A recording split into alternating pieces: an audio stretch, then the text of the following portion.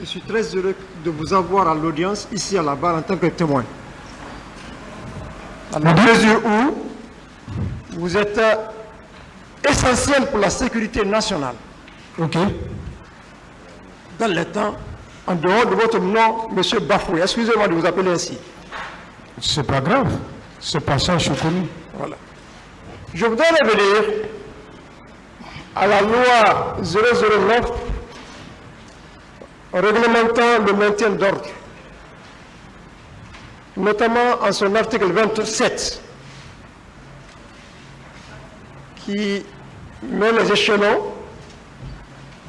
La première intervention relevant de la police, la deuxième intervention, la gendarmerie, et la troisième étape, l'armée, qui soit réquisitionnée dans des cas exceptionnels. Vous avez dit lors de votre dernière intervention que vous-même, vous ne vous sentiez pas en sécurité ce jour, n'est-ce pas? Je l'ai dit oui. Lorsque un certain Bafoué est dans une telle situation, n'est-ce pas une situation exceptionnelle? C'est une question? Oui. Bien, je voudrais d'abord qu'on cadre les choses dans leur contexte. Oui. La loi 09 auquel vous faites cas est restante. Bien sûr. C'est au régime du professeur Alpha Condé. Je fais partie des experts qui étaient en séminaire à Kindia. Oui. C'était pour éviter des choses comme ça. Non seulement essayer de situer chaque corps par rapport à son positionnement en matière de maintien d'ordre et protéger les agents de maintien d'ordre dans le cadre de maintien d'ordre. Donc la loi 09 est récente. Au moment du CNDD, la loi 09 n'existait pas. Mais selon nos institutions régaliennes, tout le monde sait que la police a pour compétence dans les zones urbaines, et la gendarmerie dans les zones rurales, et l'armée dans nos frontières. Donc naturellement, il va sans dire que quand il y a des mouvements en ville, c'est la police d'abord en première position. Si elle ne peut pas, elle rencontre à sa hiérarchie, et c'est à la hiérarchie de réquisitionner n'importe quelle armée après. Donc la loi 09, je ne peux pas me déterminer sur ça parce qu'elle n'était pas encore votée. Je suis bien d'accord, mais l'article 90 aussi de la Constitution renvoie à la même idée, au même esprit. Donc, en tant que professionnel de la sécurité, n'était-il pas nécessaire de réquisitionner l'armée? N'était-il pas nécessaire? Je ne suis pas compétent de répondre à ça. Et vous avez informé l'hiérarchie quand même? Ah bon, ma hiérarchie, oui. Votre hiérarchie a été informée? J'ai été instruit par ma hiérarchie, oui. Et ce que j'ai suivi, j'ai informé ma hiérarchie. Tout ce qui est l'armée, je ne connais pas. N'avez-vous pas constaté une certaine défaillance dans la sécurisation du peuple, des personnes et de leurs biens? Je ne peux pas vous le préciser. En tant que professionnel de la sécurité? Je suis professionnel de la police. Oui. Ce qui s'enseigne dans les écoles militaires en matière de sécurisation des citoyens, je ne suis pas ces cours-là. Moi, ce que je sais, oui, je sais que la police est chargée de protéger les citoyens et leurs biens. Le reste, je ne peux pas m'aventurer dans ce que vous dites. Merci, monsieur Camara.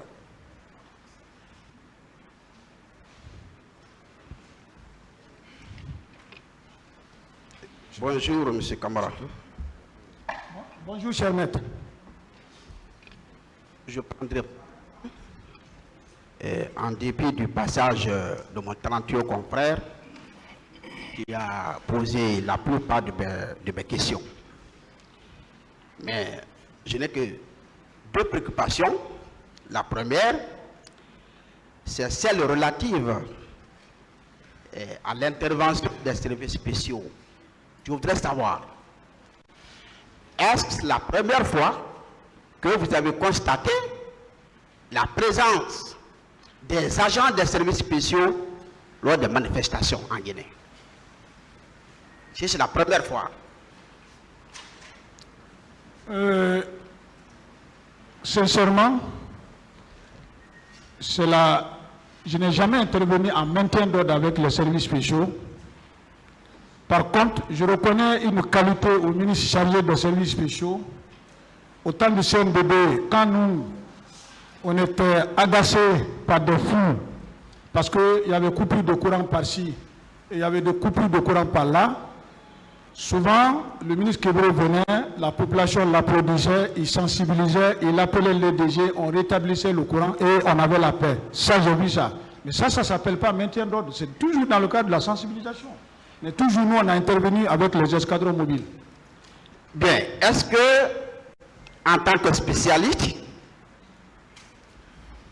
la lutte contre le banditisme ne relève pas quelque part de la sécurisation, en tout cas, de la population? La lutte contre le banditisme. Cher maître, le cadre pour lequel nous sommes ici, ce n'est pas dans le cadre de la lutte contre la criminalité ni de la drogue. C'était un mouvement de foule et pour cela, le législateur a choisi des services qui sont spécialisés, équipés, formés pour cela et c'est eux qui devaient être là. Donc je ne peux pas déterminer la position ou la mission d'un ministre d'État et surtout encore qui s'occupe des services spéciaux. Parce que le service spécial, il y a beaucoup de choses qui incluent, qui ne se disent pas. Hein. Quelles sont les choses qui sont incluses? Quels sont les agents qui composaient ou qui composent alors le service? Quels services, cher maître? Les services spéciaux. Les services spéciaux sont composés de gendarmes et de policiers, plus des fonctionnaires civils. Bien. Et lors de votre première intervention, vous aviez dit, à moins que je ne me trompe, que la foule a applaudi Claudette Kébro. Vous le confirmez? Bien sûr. Qu'est-ce que cela vous inspire?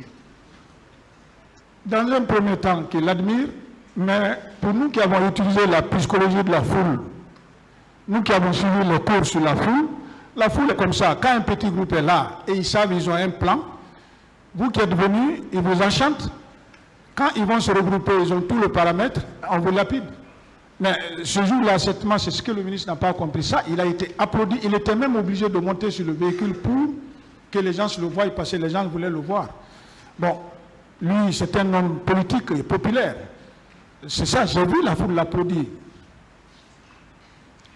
Sur ce, je vous remercie. Merci, cher maître.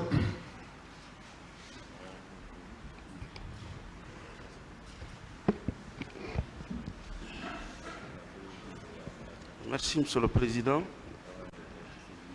Mon colonel, Mon général. mon général, excusez-moi. Mon général, Cher maître. en 2009, vous étiez le commandant de la CMIS de Cameroun. Bien sûr. Et c'était l'unique CMIS.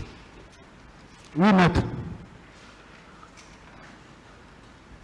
Actuellement, il y en a plusieurs. Actuellement, si je ne me trompe pas, il y a 26. 26. Et ça vient de vous. Grâce à Dieu, oui. Grâce aux autorités. Ça vient des autorités, c'est pas moi. Les techniciens proposent, les politiques qui entériment. D'accord. Avant, la tâche était très lourde pour vous. C'est une question? Oui. Une seule CMS pour toute la République. Oui, la densité et les zones criminogènes ou les zones chaudes en matière de mouvement de foule aujourd'hui et en ce moment-là, ce n'était pas la même chose. D'accord. Est-ce que vous étiez membre du CNRD? CNDD, CNDD. ça c'est autre chose. D'accord. Ramenez-moi au stade. D'accord. Mon colonel, vous maintenez que 2 véhicules de la garde présidentielle ont stationné à la rentrée du stade. Je précise, oui, 2 camionnettes, oui. Et le commandant Toumba était à pied. Oui, je réitère, oui. Et à son arrivée, les tirs ont commencé. À l'intérieur du stade, oui. Et selon vous, votre mission était terminée? Non, nous, notre mission n'a pas été terminée quand les cours de sommation ont commencé. Quand des personnes étranges déjà, ceux qui ne sont pas censés être là et qui sont plus forts que vous, c'est des commandos, ils viennent. À partir de moi déjà, je vous ai dit, à partir du studio Photo Star, dès que moi j'ai vu les bérets rouges rentraient, on a cédé. Parce que c'est fini ça, nous on ne pouvait plus rien. Et si vous avez eu le courage de rester, qu'est-ce qui allait arriver? Je ne peux même pas avoir le courage de rester, parce qu'en matière de tactique, il ne faut pas faire le faux héros. Je vais m'arrêter devant un commando qui est armé, et peut-être que je ne serai pas là aujourd'hui. Il ne faut pas faire le faux héros, il faut savoir utiliser le terrain. Je me suis mis à l'abri. Mais vous êtes tous de la sécurité, non? Vous dites? Vous êtes tous de la sécurité, non? Cher maître, je crois, moi je n'ai rien à vous dire. Vous savez, la sécurité est catégorisée. Et en fonction, l'arme la plus grande de la police, la plus longue et la plus lourde, s'arrête au Piamaka. Mais allez-y voir les équipements des militaires. Donc moi je n'ai pas à vous dire, laissez-moi dans le cadre de la police. D'accord. On peut conclure que si l'armée, les bérets rouges n'étaient pas arrivés, la police allait convenablement faire son travail de maintien d'ordre ces jours-là. Non, la police, ça c'est notre travail, ça. D'abord, l'autorité a dit que la manifestation était interdite. Mais les leaders, plus leurs militants, ont forcé, ils ont dit qu'ils tiendront coûte que coûte. Et les forces de l'ordre ont mis le dispositif bien avant. Ils sont venus, ils ont démontré, ils ont tenu. Quant à nous, les spécialistes, c'était de constater, les laisser tenir, constater les faits, rendre compte à qui de droit. Et puis, puisque ceux qui ont organisé sont connus, et ils allaient être interpellés après. Mais, parce que déjà, je l'ai dit et je le répète, la façon que les gens s'étaient regroupés au stade, la façon que la foule était compacte, tous ces morts qu'on dit aujourd'hui, tous ne sont pas morts par balle, mais ils sont morts par faiblesse. Parce que les plus forts ont piétiné les plus faibles. D'accord. Mon général, vous avez échangé plusieurs fois avec le directeur national des services de police et avec le ministre de la Sécurité. Tout le long des événements, est-ce que vous avez échangé avec lui? Paix à son âme. Si vous dites que j'ai échangé plusieurs fois, moi je n'ai pas échangé plusieurs fois, même avec le DG. C'est la seule fois que je l'ai dit de venir constater ce qui venait de se faire au stade par les militaires et si possible de venir avec le chef d'état-major général des armées parce que c'est des infractions militaires qui venaient d'être commises. Je n'ai jamais parlé avec le général. Le général Toto, d'abord, c'était le ministre de la Sécurité, il était général, moi j'étais capitaine. Moi je n'avais même pas accès au général. Quand nous envoyons le général venir, on partait de l'autre côté. Je ne peux pas, je n'avais même pas le droit d'appeler le ministre. D'accord. Ma hiérarchie, c'était le DGPN. Merci, Monsieur le Président.